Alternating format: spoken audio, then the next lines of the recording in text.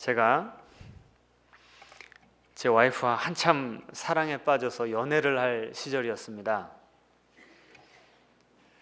어느 날 차를 마시면서 대화를 나누는데 제 아내가 그런 말을 해요. 이 구약 성경에 보시면 예수님이라고 하는 그 구약의 모든 예언이 성취되는 메시아가 나오기까지 많은 예언도 있었지만 왕, 제사장, 선지자 이렇게 쭉 여러 인물들이 나오면서 앞으로 오실 예수님이 어떤 모습일까를 조금씩 이렇게 맛보기로 보여주는 그런 사건들이 있었다. 지금 제 와이프가 저한테 이제 김전도사님이랑 이렇게 사귀게 됐는데 내가 그 구약 성경에서 예언되었던 그 메시아처럼 the one, 저에게 딱 그 사람이었으면 좋겠고, 만약에 하나님의 뜻이 아니라서 우리 둘이 짝이 아니라고 할지언정 자신에게 있는 그런 좋은 자질들을 그대로 갖고 있으면서도 저에게 더 필요하고 저에게 더 도움이 되는 좋은 또 그런 퀄리티들을 가진 그런 자매를 만나기를 바란다. 그런 말을 하는 거예요. 그 말을 들으니까 제가 얼마나 감동이 되는지. 여러분, 연애하면서 이런 신학적으로 이렇게 사랑 고백해 보신 적 있으세요? 그 마음, 그 표현, 이게 얼마나 제 마음을 울리는지. 제가 아니라면 저를 사뿐히 지려밟고 가시옵소서 하는 그 여인이 바로 저에게 누구예요? 더 원이죠. 바로 그 여자예요. 그래서 이 사람 놓치면 큰일 나겠더라고요. 그래서 제가 꽉 잡고 지난 10년간을 살아왔습니다. 우리 인생에게 내가 누구와 일생을 함께 할 것인가, 나에게 더 원, 바로 하나님께서 정해놓으신 그 짝이 누구인가 라는 질문을 던지고 찾는 것은 우리 일생을 좌지우지하는 너무나 중요한 질문입니다. 그런데 그것보다 더 중요한 질문이 있어요. 어떤 질문일까요? 누가 내 인생의 메시아인가? 누가 내 인생의 구원자인가 하는 것입니다. 그래서 오늘 그 질문을 세례 요한이 하고 있습니다. 제가 지난주에 세례 요한에 대해서 한 주 설교를 드렸는데, 지금 우리가 마가복음 시리즈 중에 있는데 왜 갑자기 누가복음을 하는가 궁금해하시는 분들이 계실 거예요. 잠깐 곁길로 빠져서 이 세례 요한이라고 하는 인물을 한 번 더 좀 짚고 나가기를 원하기 때문에 그렇습니다. 이 질문, 누가 나의 구세주인가, 누가 나의 메시아인가 라고 하는 너무나 중요한 질문, 우리의 일생을 좌지우지하는 질문일 뿐더러 온 인류의 운명이 달려있는 이 질문을 오늘 세례 요한이 하고 있습니다. 그런데 이 질문이 참 충격으로 우리에게 다가옵니다. 왜냐하면 이 질문을 누가 했다고요? 세례 요한이 했습니다. 자, 오늘 본문 19절에 보시면 요한이 예수님에게 제자들을 시켜서 이렇게 물어봅니다. 오실 그이가 당신이오니까. 여러분, 이 질문이 왜 충격적인가 하면 세례 요한이 이 질문을 했고, 이 질문을 지금 누구에게 하고 있습니까? 예수님에게 하고 있다는 것이 큰 충격입니다. 지금 일주일 동안 이 소위 말하는 이 속세에서 살다가 지금 이 거룩한 성전에 오셔가지고 세례 요한 예언 이러니까 이게 무슨 소린가 싶으신데, 다시 한번 마음을 잘 가다듬으시고 좀 말씀에 집중했으면 좋겠습니다. 자, 보시면 세례 요한이 처음 예수님의 탄생이 예고되고 마리아의 그 태중에 예수님이 처음 이제 착상을 하고 임신이 되었을 때 세례 요한은 엘리사벳이라고 하는 자신의 어머니 뱃속에 6개월째 태아로 있었습니다. 그런데 재미있는 것은 예수님을 임신하고 있던 마리아가 세례 요한의 어머니 엘리사벳을 보러 갔더니 그 엘리사벳의 뱃속에 있던 세례 요한이 어떻게 했습니까? 누가복음 1장 44절에 보시면 내 복중에서 기쁨으로 뛰어놀았도다. 여러분, 태어나지도 않았는데, 참 믿기 힘들죠? 태어나지도 않았는데 그 뱃속에 있었던 세례 요한이 마리아의 뱃속에 있었던 예수님, 메시아이신 예수님을 보고 기뻐 뛰었다는 거예요. 그러면 메시아인 줄 알았다는 겁니까? 몰랐다는 겁니까? 뱃속에서부터 알았다는 거예요. 그리고 일평생을 이 세례 요한이라고 하는 사람은 나보다 더 능력 있는 이가 오실 것이다 라고 하면서 예수님을 소개하느라고 자기의 일생을 보냈습니다. 그리고 예수님이 이제 딱 그 공생애로 등장하자마자, 그 요단강가로 걸어오시자마자 요한복음에 보면 그 세례 요한이 예수님을 보고 뭐라고 외칩니까? 세상 죄를 지고 가는 어린 양이로다. 저분이 바로 우리가 그렇게 기다리고 기다렸던 구세주이시다, 구원자이시다 선포했습니다. 그런데 그 세례 요한이 오늘 본문에 보니까 무슨 질문을 하고 있어요? 예수님, 당신이 메시아이십니까? 여러분, 충격적입니까? 아닙니까? 여러분의 삶과 직접 관련이 없다고 나 몰라라 하지 마시고 좀 감정이입을 하시고 내가 세례 요한이라면 하는 그 심정을 한번 들어보시라고요. 그건 제가 적용은 또 나중에 해드리겠습니다. 얼마나 지금 이게 충격적입니까? 왜 이런 질문을 했을까요?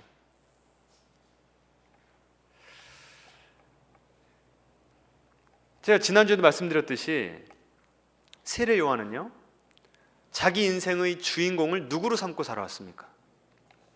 예수님. 자기 자신은 자기의 인생이라고 하는 드라마에서 조연 역할만 하는 것으로도 만족하면서 살아왔습니다. 예수님을 바라보면서 예수님은 흥해야 되고 나는 쇠하여야 된다. 그 예수님을 소개하는 일에 자기의 일생을 걸고 그렇게 사막에서 외로움과 싸움하며 어떻게 보면 참 금욕주의적인 삶을 살면서 자기 일생을 헌신하였습니다. 그런데 이제 와서 내가 그렇게 그분을 위해서 일생을 바쳤던 그 예수님에게 가서 예수님, 메시아 맞아요? 물어보는 겁니다. 왜 그랬을까요? 오늘 이 본문의 맨 마지막 부분 7장 23절을 보시면 어느 정도의 힌트를 얻을 수 있습니다. 우리 다 같이 한번 읽어보시겠습니다.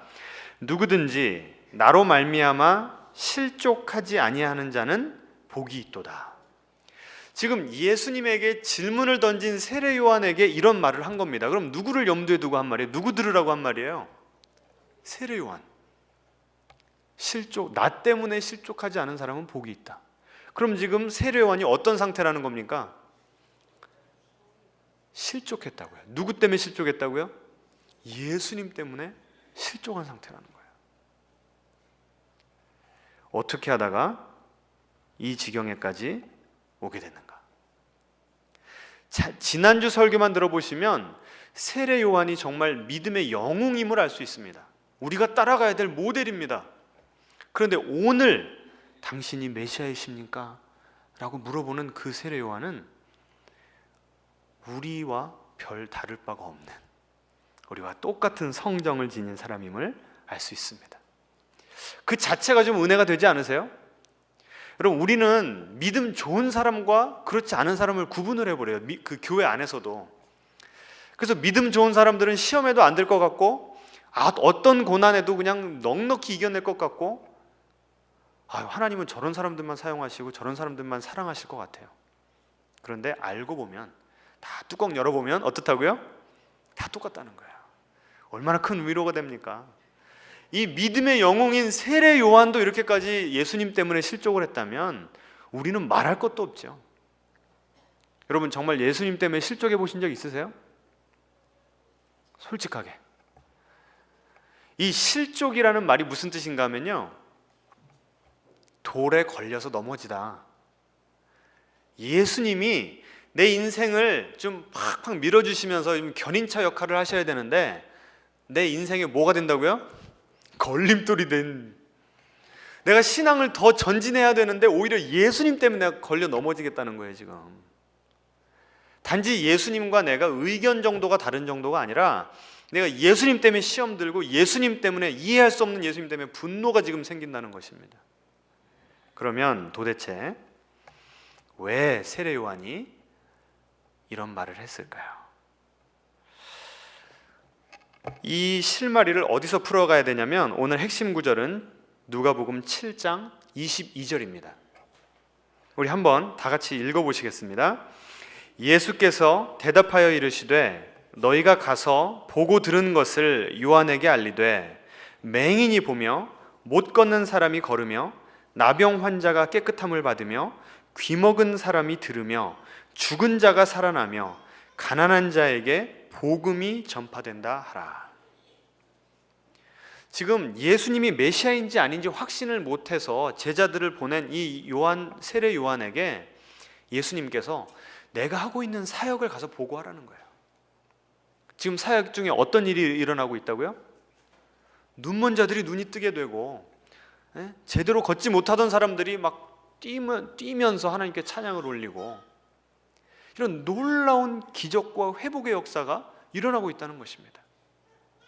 그런데 여러분, 우리는 여기서 한 단계 더 들어가야 됩니다. 이 누가복음 7장 22절은 그냥 예수님이 당신의 말로 당신의 사역 보고를 하시는 것이 아니었고요. 이 구약의 복음서라고 일컬어지는 이사야서에 나온 그 메시아에 대한 예언을 예수님께서 창조적으로 인용을 하고 계신 것입니다. 자, 한번 구약 성경에 어떤 구절을 인용했는지 같이 한번 제가 보여드리겠습니다. 이사야서 35장입니다. 이 스크린을 좀 보시기 바랍니다. 자, 여기 보시면 이렇게 나옵니다. 겁내는 자들에게 이르기를 굳세어라 두려워하지 말라 보라 너희 하나님이 오사 보복하시며 갚아주실 것이라 하나님이 오사 너희를 구하시리라 하라. 이 구원의 역사가 이제 구체적으로 어떻게 일어나는가? 그때에 맹인의 눈이 밝을 것이며 못 듣는 사람의 귀가 열릴 것이며, 지금 아까 누가복음 7장 22절의 말씀이 그대로 나오고 있죠. 6절 그때에 저는 자는 사슴같이 뛸 것이며 말 못하는 자의 혀는 노래하리니 이는 광야에서 물이 솟겠고 사막에서 시내가 흐를 것임이라. 이 메시아의 시대가 도래하면 이런 모든 축복이 현실화된다는 거예요. 그 다음에 이사야서 61장 1절과 2절을 보시면 우리가 잘 아는 내용입니다. 주 여호와의 영이 내게 내리셨으니, 지금 메시아에게 성령이 내려서 어떤 일이 벌어지는가? 이는 여호와께서 내게 기름을 부으사 가난한 자에게 아름다운 소식을, 지금 누가복음 7장 22절에 가난한 자들에게 복음이 선포된다고 그랬는데 지금 똑같은 내용이 나온 것입니다. 소식을 전파하게 하려 하심이라. 나를 보내사 마음이 상한 자를 고치며 포로된 자에게 자유를, 갇힌 자에게 노임을 선포하며 여호와의 은혜의 때와 우리 하나님의 보복의 날을 선포하여 모든 슬픈 자를 위로하되. 지금 메시아는요, 정말 구약에 메시된 예언된 진정한 메시아가 이 땅에 오면 어떤 일이 벌어지는가? 이 땅에서 어그러지고 깨어지고 상처받은 그런 모든 것들이 온전하게 회복되는 역사가 일어난다는 것입니다. 여러분, 이 세상에서 이 부처님이 하신 이 위대한 말이 있죠. 생로병사, 살아가는 것이 고난이다. 여러분 아멘입니까? 예? 이 부처님 말씀에 아멘 하려니까 좀 거시기 해요. 예. 생로병사, 태어나서 아프고 늙고 죽는 게 인생이다.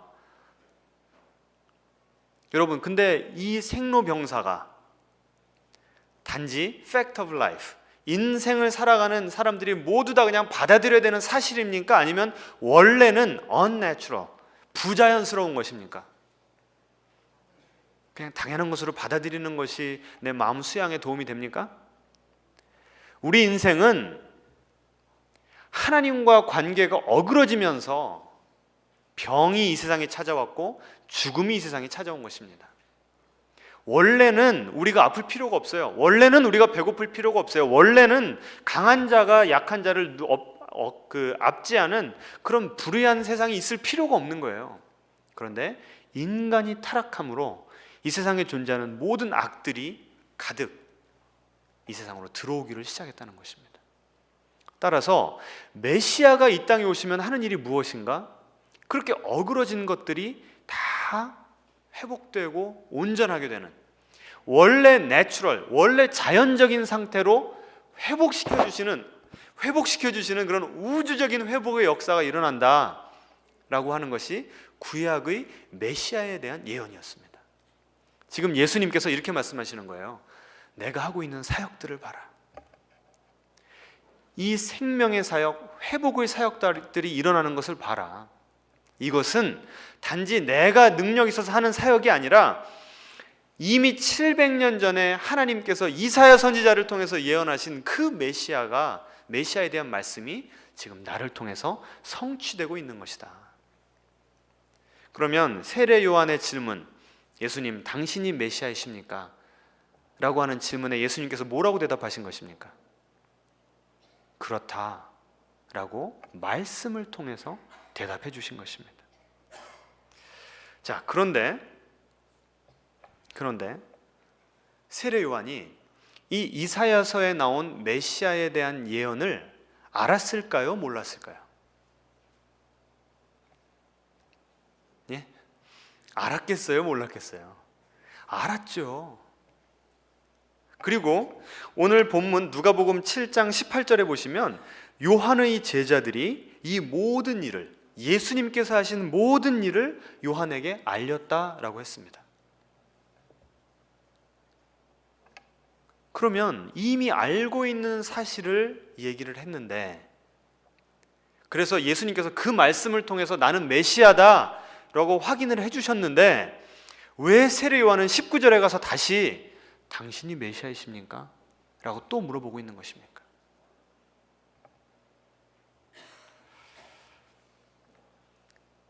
오늘 지금부터 이제 우리가 해야 될 작업은요, 이사야서의 아까 메시아에 대한 예언 내용과 7장 22절에 나온 내용을 비교해 봐야 됩니다. 오늘 같은 설교는 솔직히 여러분이 좀 이렇게 같이 성경을 가지고 제가 좀 칠판을 가지고 좀 강의를 하면서 해야 되는 그런 성격의 설교인데 할 수 없이 제가 이런 세팅에서 하게 됨을 참 안타깝게 생각합니다. 한번 비교를 해봐요. 지금 이사야서 35장과 61장에 보시면 예수님께서 말씀하신 누가복음 7장 22절에 나오는 모든 기적의 사역들이 다 소개가 되고 있습니다. 그런데 주의 깊게 비교를 해보시면 이사야서에 예언되지 않은 메시아의 사역 두 가지가 누가복음 7장 22절에 나옵니다. 성경 공부하면 여러분에게 시간을 드리고 좀 찾아보라고 제가 좀 부탁을 할 텐데 그냥 할 수 없이 제가 답을 먼저 말씀을 드릴게요. 예언되어 있지도 않은 그 내용들 중에 예수님께서 하신 사역이 두 가지가, 먼저는 나병 환자가 깨끗하게 된다라는 것입니다. 두 번째는 죽은 자가 다시 살아난다. 그 당시에 나병, 이 문둥병은 불치의 병이었습니다. 그런데 예수님께서는 아무도 고칠 수가 없다고 하는 그 병마저도 고쳐내시는 거예요.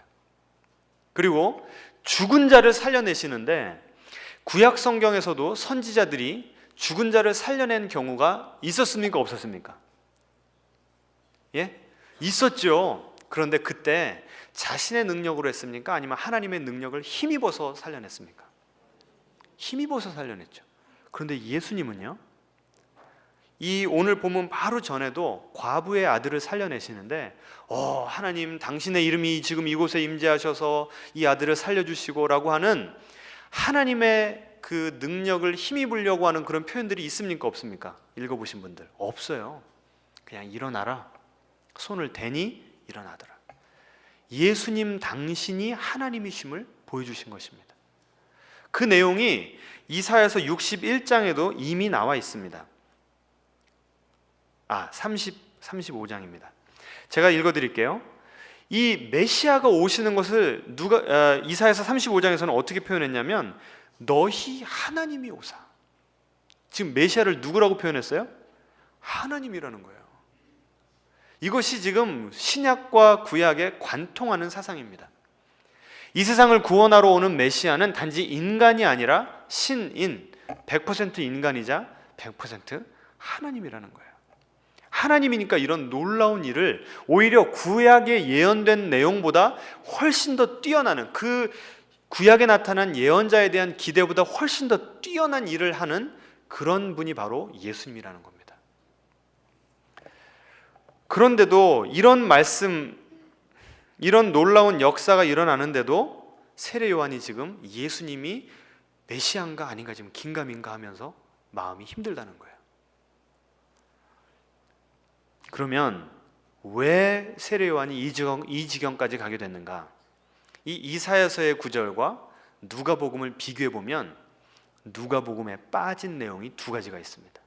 이 두 가지 때문에 제가 볼 때는 세례 요한이 시험에 든 거예요. 자, 먼저 이 이사야서 35장과 61장에 보시면 심판에 대한 내용이 나옵니다. 제가 다시 읽어드릴게요. 이사야서 35장 4절에 보시면 보라 너희 하나님이 오사 보복하시며 갚아주실 것이다. 이사야서 61장 2절에 보시면 여호와의 은혜의 해와 우리 하나님의 보복의 날을 선포하신다.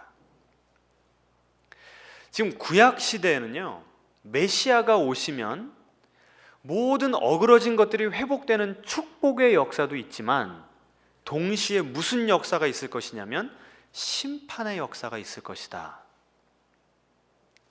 하나님께서 주신 계시의 내용을 구약 선지자들은 그렇게 이해를 했던 것입니다. 축복과 심판, 구원과 공의, 이 모든 것들이 같이 어우러져서 한 사건으로 일어날 것이다 라고 이해를 했다는 것입니다. 그래서 세례 요한도 이미 이 구약의 내용들을 잘 알고 있었기 때문에 누가복음 3장 9절에 보시면 세례 요한이 설교할 때 이런 얘기를 합니다. 이미 도끼가 나무 뿌리에 놓였으니 좋은 열매를 맺지 아니하는 나무마다 찍혀 불에 던지우리라. 지금 심판에 대한 이야기를 하고 있습니다. 지금 이 세례 요한은 내 뒤에 바로 누가 오신다고요? 예수님이 오실 것인데 그분의 사역이 뭐라고요?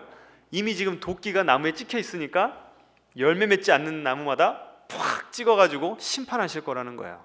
그 다음에 누가복음 3장 16절과 17절을 보시면 요한이 이렇게 얘기합니다. 내 뒤에 오시는 이는 성령과 불로 너희에게 세례를 베풀 것이요.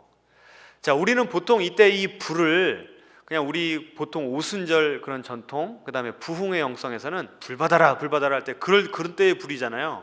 그런데 17절에 보시면 손에 키를 들고 자기의 타작마당을 정하게 하사 알곡은 모아 곳간에 들이고 쭉정이는 꺼지지 않는 불에 태우시리라.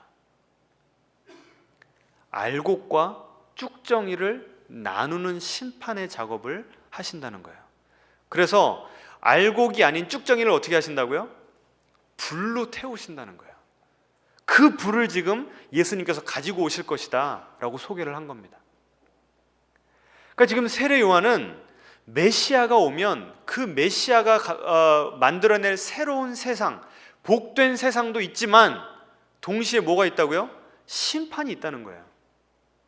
이것이 바로 구약의 메시아에 대한 이해였습니다. 세례 요한은 그것을 잘 공부해가지고 그 마음 가운데 메시아가 오시면 이런 사역을 해야지 라고 딱 이해하고 있던 거예요. 그런데 예수님이 오셔서 지금 무슨 사역은 하고 계세요? 예수님이 공생애 동안에 하신 사역이 가장 크게 세 가지로 분류할 수 있습니다. 첫째는 teaching, 가르치셨습니다. 두 번째는 뭐 하셨어요? preaching, 설교하셨습니다. 세 번째는 healing, 치유하셨어요. 이 세 가지가 주요 사역이었습니다. 거기에 심판이 있습니까? 없습니까? 없죠. 그리고 예수님이 이사야서 35장과 61장의 그 말씀들을 인용하시면서도 뭐는 빼셨어요? 심판에 대한 내용은 싹 빼신 거예요.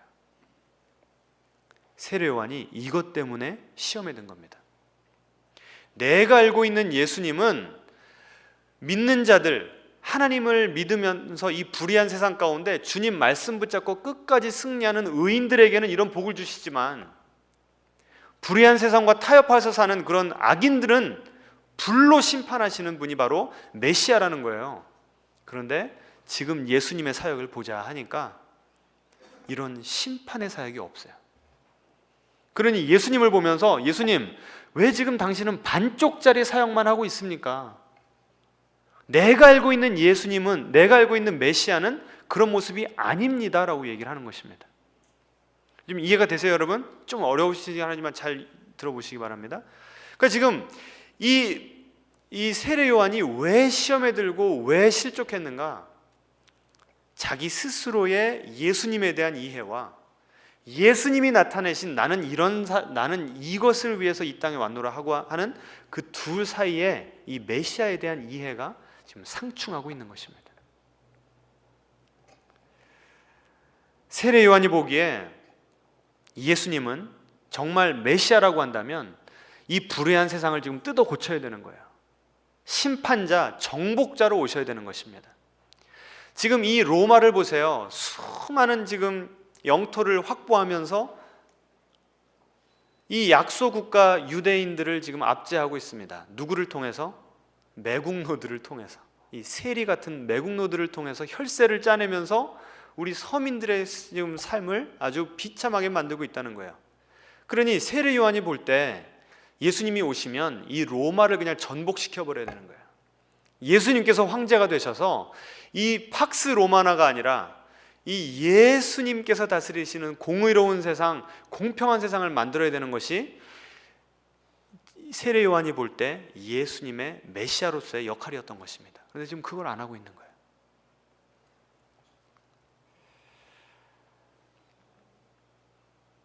이것을 어떻게 이해해야 될까요? 구약의 선지자들이 그럼 다 잘못된 것입니까? 이것은 좀 약간 어렵긴 하겠지만 이렇게 이해하실 수가 있습니다. 이 신학 그 용어 가운데 예언의 점진성이라고 하는 표현이 있어요. 무엇이냐면 하나님께서 계시의 점진성, 하나님께서 이 성경의 저자들에게 앞으로 구원이 어떻게 진행될 것인가를 보여주시는데 한꺼번에 활짝 열어서 다 보여주시면 그 계시를 받는 사람이 이해를 할 수 있을까요? 없을까요? 없죠. 받아들일 수가 없는 거예요. 그러니까 처음 사람에게는 요만큼만 보여주시고 그 다음 사람은 그 전에 받았던 그 계시를 이해한 상태에서 하나님께서 조금 더 열어서 보여주시고 그 다음 사람에게 점점점 더 보여주신다라고 하는 것이 계시의 점진성입니다. 그러니까 지금 이 구약의 선지자들은 아직 오실 예수님이 어떤 분이신지를 내가 두 눈으로 보지를 못했기 때문에 하나님께서 보여주신 것으로만 아직까지 지금 부분적인 메시아에 대한 이해를 하고 있던 것입니다. 자, 이렇게만 이해를 하시면 잘 모르실까봐 예를 하나 들어드릴게요. 자, 지금 제가 평지에 서 있습니다. 저를 잠깐 보세요. 그리고 내 앞에 지금 산이 하나가 보여요. 그런데 내가 지금 딱 보니까 산이 하나밖에 안 보여요. 그래서 산이 하나만 있는 줄 알았어요. 그런데 누가 나를 헬리콥터를 태워줘서 산 정상으로 올라가 봤습니다. 그랬더니 그 산 바로 뒤에 더 높은 산이 하나가 있는 거예요. 그런데 재밌는 것은 내가 첫 번째 산의 정상을 본 그 각도대로 쭉 보니까 두 번째 나온 정상도 똑같은 그 각도로 딱 연결이 돼 있는 거예요. 그러니까 첫 번째 정상과 두 번째 정상이 내가 평지에서 보기 때문에 딱 일치해가지고 평지에서 볼 땐 산이 몇 개 있는 것처럼 보이는 거예요. 하나 있는 것처럼. 그런데 위에서 보니까 산이 몇 개라고요? 2개라는 것입니다. 이 차이라는 거예요.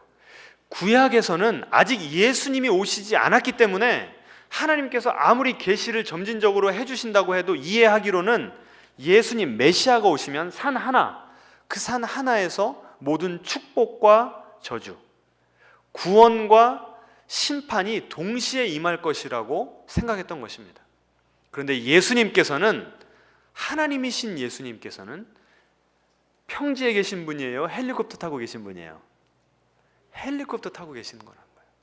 그래서 산이 2개가 있는데 초림 예수, 처음 오신 예수님은 오셔서 싸매 주시고 위로해 주시고 죄 용서해 주시고 회복시켜 주시는 그러한 겸손의 왕으로 오신 예수님이시고,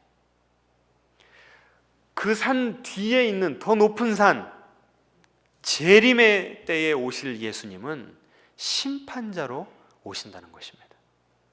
구약 선지자들이 그 두 개의 사건이 하나인 줄 알고 착각했던 것을, 아직 그 미숙한 이해를 했던 것을 예수님께서 오셔서 세례 요한에게 7장 22절에 심판에 대한 내용을 쭉 빼시면서 나는 지금 초림 예수로 왔다. 네가 원하는 그런 이 세상을 완전히 뜯어고치고 나를 인정하는 자들만 온전하게 살아남을 수 있는 이런 새로운 세상은 재림 때 이루어질 것이다 라고 예수님께서 설명하신 것입니다. 이렇게 보면 오히려 예수님 때문에 실족했고 예수님에 대해서 이해할 수 없는 내용을 예수님께 가지고 나올 때 세례 요한의 예수님에 대한 이해가 더 정확해지고 더 폭넓어졌다고 하는 것입니다. 여러분은 어떤 것들 때문에, 어떤 점들 때문에 예수님과 좀 부딪힐 때가 있습니까? 세례 요한도요, 제가 볼 때는 예수님이 메시아라고 하는 사실은 믿었던 것 같아요. 그런데 무엇을 받아들일 수가 없었는가? 왜 메시아라면 메시아로서의 사역을 그런 방식으로 하는가? 예수님께서 일하시는 그 방식 자체를 이해할 수가 없었다는 것입니다. 여러분은 어떠세요?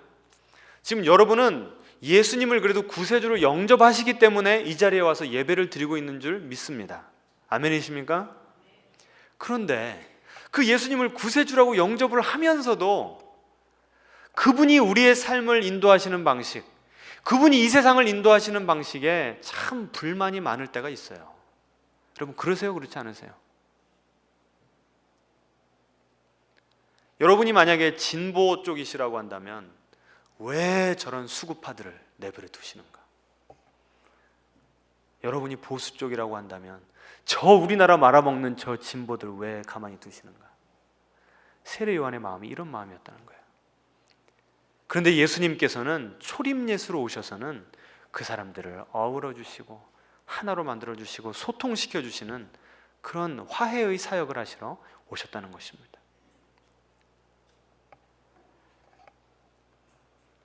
예수님의 이데올로기와 우리의 이데올로기가 부딪힐 때 어떻게 해야 됩니까? 예수님 당신이 틀렸어요. 이렇게 하시겠습니까? 우리의 이데올로기, 우리의 선입견을 버려야 되는 것입니다. 지금 세례 요한은 감옥에 잡혀 있습니다. 선지자로서 시대와 타협하지 않고 하나님의 말씀을 전하다가 헤롯이라고 하는 왕에게 잘못 보여서 지금 감옥에 잡혀 있는 상태입니다. 그렇다고 한다면 지금 이 마음 가운데는 저 불의한 헤롯 왕을 왜 예수님께서 심판하지 않는가? 도저히 그 예수님의 하시는 방식을 받아들일 수 없는 그런 그 이해할 수 없는 그 분노, 서운함 이런 것들이 있었던 것입니다. 그런데 예수님이 정말 하나님이시라고 한다면 그 나의 선입견마저도 내려놓아야 되는 것입니다. 마치 지금 세례 요한은 자기 자신이 감옥에 갇혔듯이 예수님도 이런 분이셔야 된다고 자기 자신의 틀이라고 하는 감옥에 예수님을 좀 가둬놓고 있는 것입니다. 그런데 예수님은 누가복음 7장 22절에 이사야서의 내용을 창조적으로 인용하시면서 세례 요한이 얽어매려고 하는 그 쇠사슬에서 예수님께서는 스스로 풀고 나와서 자유하신 것입니다. 그러면서 내가 하나님이다, 내가 메시아니까 내 어젠다에다가 내 이데올로기에다가 너의 이데올로기를 맞춰라 라고 말씀하신 것입니다. 한 가지 세례 요한이 시험에 든 또 한 가지 이유가 더 있습니다. 이 이사야서와 누가복음 7장 22절을 또 비교해 보시면 한 가지 빠진 것이 또 있어요. 제가 이사야서 61장 1절을 다시 읽어드리겠습니다. 포로된 자에게 자유를, 갇힌 자에게 노임을 선포하며. 지금 메시아가 오면 어떤 일을 한다고요? 매여 있는 자, 갇힌 자에게 자유를 준다는 거예요. 지금 세례 요한이 어디 있다고요? 감옥에 있다고요. 그런데 예수님께서는 다른 말씀들을 이사야서 61장과 35장에서는 다 끌어다 쓰시면서 메시아가 임하면 갇힌 자들이 풀릴 것이다 라고 하는 그 구절만 싹 빼셨어요. 제자들에게 이 말을 이 세례 요한의 제자들이 예수님의 이 말을 토시 하나 틀리지 않고 그대로 세례 요한에게 보고를 했다면 세례 요한이 어떤 메시지로 받아들였겠습니까? 예? 정말 세례 요한이 처음에 기대했던, 착각했던 초림 예수, 재림 예수가 통합된 것이라고 한다면 지금 자기는 이 감옥에 있으면 안 되는 거예요. 왜요? 그 메시아로 오신 분은 갇힌 자를 풀어주셔야 되니까. 아니, 내가 잘못해서 감옥에 들어간 것이 아니고 하나님 뜻대로 살려고 하다가 이 불의한 정권의 희생양으로 내가 지금 감옥에 들어가 있다고 한다면 왜 예수님은 메시아로 오셔서 나를 풀어내 주시지 않는가? 라고 하는 그것 때문에 지금 세례 요한은 시험에 들었다는 얘기입니다. 그런데 거기다 대고 예수님은 이사야서를 인용하시면서 갇힌 자에게는 자유를, 이것을 싹 빼버리셨어요. 무슨 메시지일까요? 예수님께서 넌지시 세례 요한에게 이렇게 말씀하신 것입니다. 너는 그 감옥에서 풀려나오지 못할 것이다. 참 받아들이기 힘든 말씀입니다. 여러분, 성경에 보시면 베드로도 감옥에 갇혔을 때 많은 초대교회 성도들이 합심으로 기도하니까 어떤 일이 벌어졌습니까? 천사가 찾아와서 옥문을 열고서 구원해 내줬어요. 사도 바울과 실라는 어땠습니까? 옥중에서 매맞고, 주님 전파하다가 옥중에서 매맞고 힘든데도 기도하고 찬양하는 가운데 그 착고들이 다 풀리고 막 옥문이 열리는 그런 놀라운 초자연적인 기적을 경험했습니다. 그렇다고 한다면 왜 예수님께서는 세례 요한에게는 그런 기적을 베푸시지 않으셨을까요?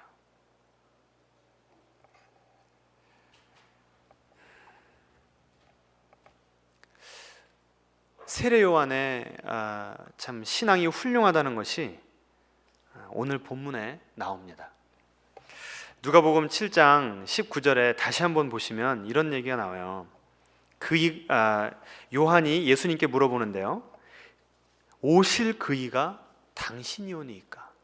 여러분, 이 질문을 묵상하면 묵상할수록 참 은혜가 됩니다. 왜냐면요, 만약에 제가 정말 주님의 말씀을 선포하다가 감옥에 잡혔잖아요. 그러면 저는 예수님께 이렇게 안 물어봅니다. 저 같으면 이렇게 물어볼 거예요. 예수님, 정말 당신이 메시아시라면 저 좀 감옥에서 풀어내 주세요. 그러면 당신이 무엇인 줄 알겠습니다. 메시아인 줄 알겠습니다. 근데 제가 거기까지 생각이 갔는데 그 다음에 생각이 전환이 오면서 은혜가 됐어요. 만약에 세례 요한이 그런 질문을 했다면 이것은 질문일까요? 협박일까요? 어떻게 이렇게 잘하세요? 지금 예수님이 메시아인가 아닌가를 뭘로 알겠다는 거예요? 그 예수님이 내 문제를 해결해 줄 수 있냐 없냐로 내가 따지겠다는 겁니다. 예수님, 지금 내 인생에 이런 큰 문제가 있는데 그것도 예수님 때문에 생긴 문제인데 당신이 한번 해결해 줘 보시라고. 그러면 내가 당신 믿겠다고. 여러분, 이 말이 얼마나 건방지고 교만한 말인지 여러분 아세요?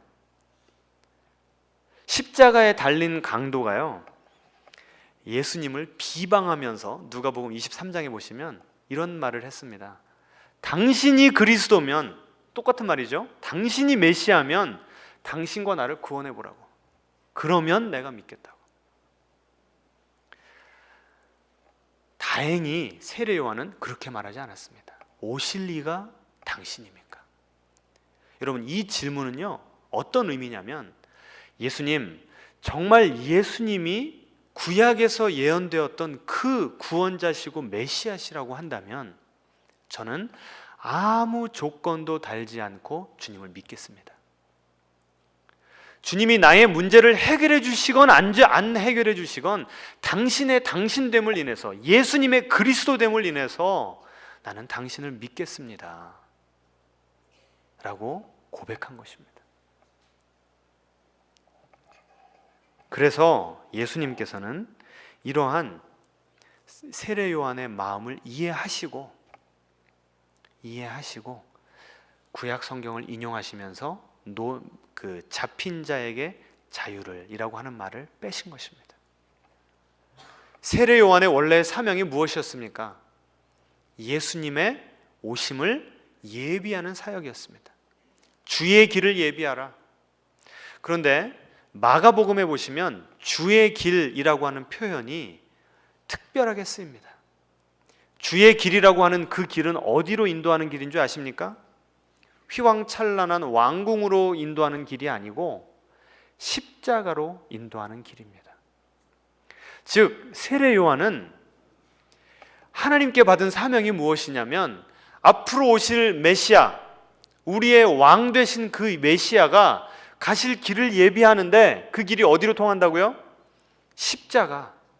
그런데 세례 요한의 사명은 그 십자가의 길을 예수님보다 앞서가는 거라는 겁니다. 지금 예수님께서는 오히려 왜 나를 이 감방에서 빼주지 않으십니까? 라고 하는 그 질문에 대해서 오히려 너는 그 감옥에서 나를 알리는 사명을 고난 가운데 끝까지 감당하다가 순교하는 것, 그것이 하나님의 너의 인생을 향한 뜻이다 라고 말씀하신 것입니다. 오히려 주의 길을 예비하는 그 사명을 온전히 감당할 수 있도록 그의 인생 가운데 고난을 사명으로, 고난을 축복으로 주셨다는 것입니다. 여러분, 이 받아들이기 힘든 이 복음을 여러분 받아들이려고 노력은 해보시겠습니까? 저는 좀 이런 상상을 해봤어요. 만약에라도 세례 요한을 정말 예수님께서 군병들이 다 지키고 있는 그 감옥이지만 그냥 초자연적인 능력으로 그냥 확 해가지고 모든 문들이 다 열리고 모든 사람들이 그냥 아무것도 깜짝 못하게 그냥 다 마네킹으로 순간 만드셔가지고 세례 요한이 유유히 통과해서 나왔다고 한다면, 그래서 요단강에 다시 메시지를 외치면서 사람들 다 나와보라고, 예수님이 나를 이렇게 살려줬다고 라고 한다면 예수님의 사역이 더 효율적이겠습니까? 아니겠습니까? 예수님의 사역이 더 열매가 많았겠어요? 없겠어요? 그거야 뭐 하나님 소관이겠지만 그래도 예수님께서 더 쉬운 사역 하시지 않겠어요? 그런데 예수님께서는 그런 영광의 길을 버리시고 십자가의 길을 택하셨습니다. 그리고 세례 요한도 그 십자가의 길을 택하도록 기회를 주셨고 인도하셨던 것입니다. 그래서 세례 요한은 끝까지 자신의 믿음을 버리지 않고 감옥에 있다가 실제로 순교하고 죽었습니다.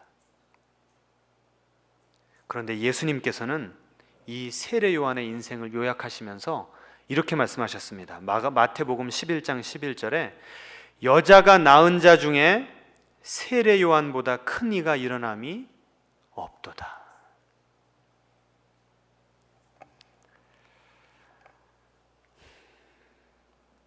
여러분은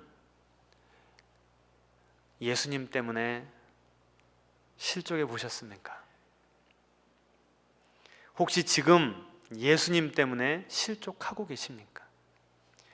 예수님께서 당신의 축복의 계획, 구원의 계획을 우리의 삶 가운데 인도하시는 그 방식을 받아들일 수가 없어서, 또 다른 사람들에게는 축복으로 임해 주시고 다른 사람들에게는 문제 해결로 임해 주시는데 왜 내 인생에는 그 문제를 해결해 주시지 않음으로써, 예수님의 고난에 동참하게 하심으로써 내 인생에 역사하시는가? 그걸 받아들일 수가 없어서 지금 예수님 때문에 실족한 분들 계십니까? 우리가 어떻게 하면 예수님 때문에 실족하지 않는 복된 삶을 살 수가 있을까요? 한번 따라해 봅시다. 주님을 주님으로 인정합시다. 제가 지난주에 예수님은 우리 인생이라고 하는 드라마의 주인공이라고 말씀드렸습니다. 그런데 오늘 저는 말씀을 이렇게 맺고 싶습니다. 예수님은 우리 인생이라고 하는 드라마의 단지 주인공이 아니시고 그 드라마라고 하는 각본을 쓰시는 작가이심을 믿으시기 바랍니다. 그 작가가 쓰시는 대로 가는 것이, 그것이 이치이고 옳은 것이고 가장 복된 길입니다. 어떤 이들에게는 감옥에서 탈출하게 해주심으로, 초자연적인 능력을 베푸심으로 하나님께서 그분의 영광을 드러내시는 그런 인생이 있는가 하면, 세례 요한처럼 그 고난의 십자가를 끝까지 지고 갈 수 있도록 믿음을 주시고 능력을 주심으로써 당신의 능력, 당신의 영광을 나타내는 분들도 있습니다. 여러분, 주님, 저는 축복을 사명으로 받고 싶은데요 라고 하는 그 욕심마저도 주님께 내려놓고, 주님께서 사명을, 고난을 십자가로 지라고 명하시면 주님, 제가 그렇게 하겠습니다 라고 순종하면서 나아가시는 여러분 되시기를 주님의 이름으로 축원합니다.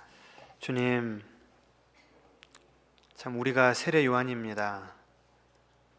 때로는 주님을 따른다고 하고 또 결단도 새롭게 하지만, 참 세례 요한처럼 주님의 뜻대로 살기로 애를 쓰는데도 스스로 이겨낼 수 없는 그런 고난 가운데서 정말 주님이 나의 메시아시냐고 하는 그런 혼란스러운 질문, 서운함 가운데 드리는 그런 질문을 하지 않을 수가 없는 것이 우리 신앙인들의 모습입니다. 하지만 주님, 이럴 때 주님께 나아갑니다. 주님께 나와서 이 짐을 가지고 씨름할 수 있도록 도와주시고, 이 씨름을 하는 가운데 세례 요한이 메시아에 대해서 더 깊게 올바른 지식을 가졌던 것처럼 주님을 더욱더 깊이 알아갈 수 있는 그런 우리 신앙인들 될 수 있도록 인도하여 주시옵소서. 주님, 또 다른 이들에게 주어지는 그런 축복을 보면서 왜 나에게는 이런 고난의 십자가만 허락하시는지 또 이해가 되지 않아서 주님께 시험이 들 때가 있음을 고백합니다. 하지만 주님, 세례 요한에게 주셨던 그 사명을 고난을 통해서 이루게 하셨던 것처럼, 혹시라도 주님께서 우리에게 주신 그 사명이 고난의 십자가를 지는 사명이라고 한다면 그것마저도 기쁨으로 지고 갈 수 있도록 우리에게 믿음을 허락하여 주시옵소서. 그래서 예수님께서 세례 요한에게 주셨던 그 축복, 가장 뛰어난 자라고 하는 주님께서 우리를 세워주시고 영원토록 별과 같이 빛나는 그런 천국에서의 영광을 누릴 수 있는 그런 축복을 갈구하는 우리가 될 수 있도록 인도하여 주시옵소서. 우리 인생을 주님께 맡겨드리며 예수님의 이름으로 기도합니다. 아멘.